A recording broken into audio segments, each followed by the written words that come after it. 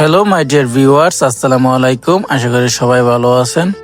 তো আপনারা দেখতেই পাচ্ছেন যে আমার হাতে একটি বস্তা, আর বস্তার ভিতরেই মোড়ানো আছে একটি কাশি।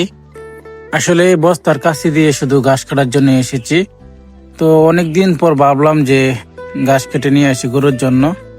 একটি গরু আছে আমাদের, আর সবচেয়ে বড় কথা হলো আমাদের জাহুন নাই, অনেকে কাঁচা বলে। তাই ভাবলাম যে না, বস্তার কাছে নিয়ে চলে যাই। তো আপনারা দেখতেই পাচ্ছেন যে আজকের ওয়েদারটা কত সুন্দর, আবহাওয়াটা। তো আপনারা যদি থাকতেন তাহলে অবশ্যই আপনারাও এই আবহাওয়ার প্রেমে পড়ে যেতেন। তো এই প্রকৃতির মাঝেই দিয়ে হেঁটে যাচ্ছি, আস্তে আস্তে আস্তে আস্তে করে হেঁটে যাচ্ছি। আর চিন্তা ভাবনা করতেছি কোথায় গেলে ঘাস পাবো।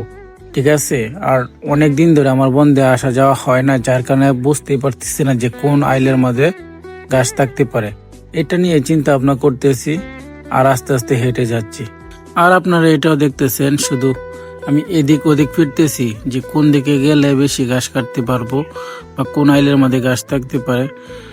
তো অনেকটা রাস্তা, দূরের রাস্তা পাড়ি দেওয়ার পর বাড়ি থেকে অনেকটা রাস্তা, প্রায় 2 কিলোমিটার হাঁটার পর, তো ভাবলাম যে একটু জিরায় নেই। এখানে একটু নিরিবিলি পরিবেশ, সুন্দর আছে আর বাতাসও আছে। যদি আপনারা থাকতেন তাহলে বুঝতে পারতেন, অনেক সুন্দর বাতাস। দেখেন প্রকৃতিটা কত সুন্দর। তারপর আমি ঘাস কাটা লেগে গেলাম।